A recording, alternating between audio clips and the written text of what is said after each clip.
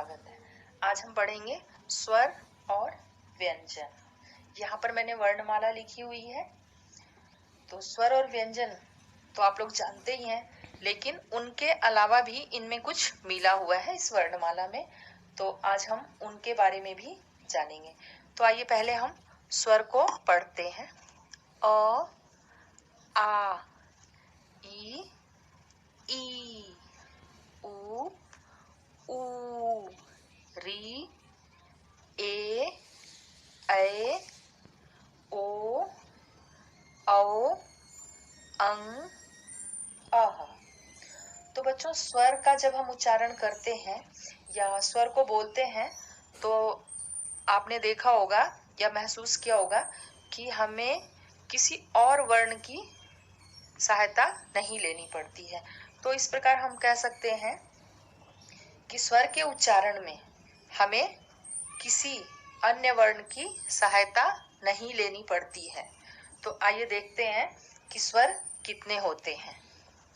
इसमें कुल देखिए आप 1 2 3 4 5 6 7 8 9 10 11 12 और 13 वर्ण लिखे हुए हैं, जो कि स्वर के साथ लिखे हुए हैं। इनमें से स्वर जो है वो अ से लेके औ तक होते हैं। ये जो दो हैं, अंग और अह,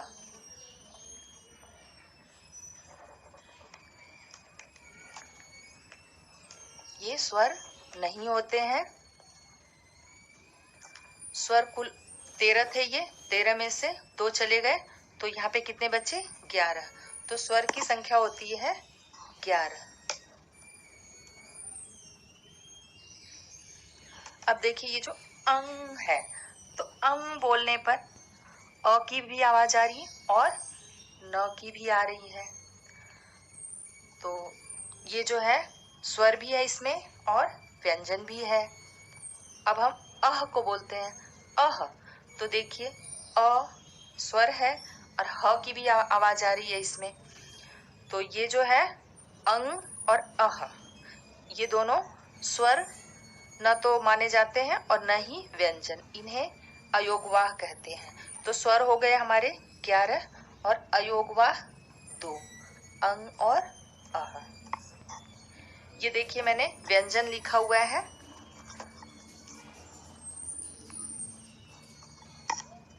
तो अब इसे देखते हैं हम। व्यंजन जो होते हैं वो 33 होते हैं। तो कौन कौन से होते हैं वो हम देखते हैं। 1 2 3 4 5 6 7 8 9 10 11 12 13 14 15 16 17 18 19 20 21 22 23 24 25 26 27 28 29 30 31 32 33 व्यंजन होते हैं कुल 33।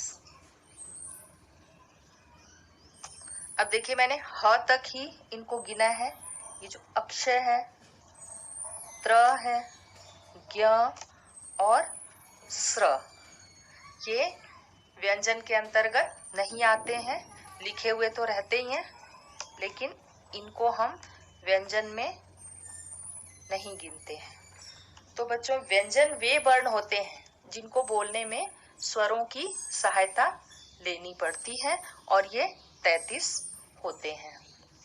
अब देखिए ये जो 4 है, अक्षर, त्र, ज्ञ और स्र, ये इन्हें हम संयुक्त व्यंजन कहते हैं और इनकी संख्या होती है 4।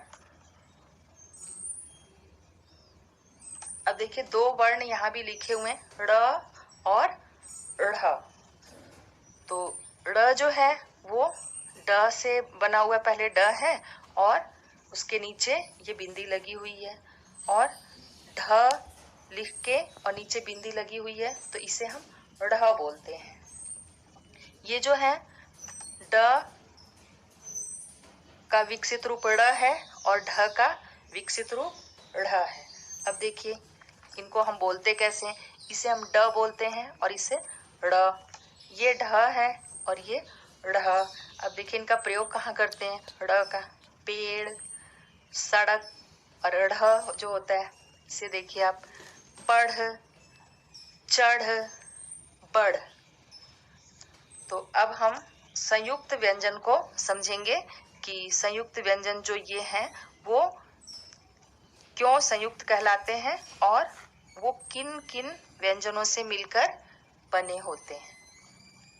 तो बच्चों अब हम संयुक्त व्यंजन के विषय में जानते हैं कि ये कैसे बनते हैं।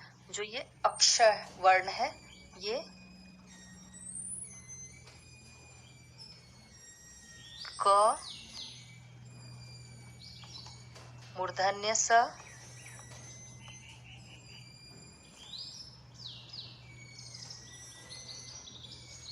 इसमें दो व्यंजन है और अ एक स्वर है, इसके मेल से अक्ष बनता है।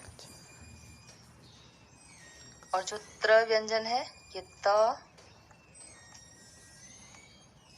र और अ के मेल से बनता है। ज्ञ, ज्ञ बनता है ज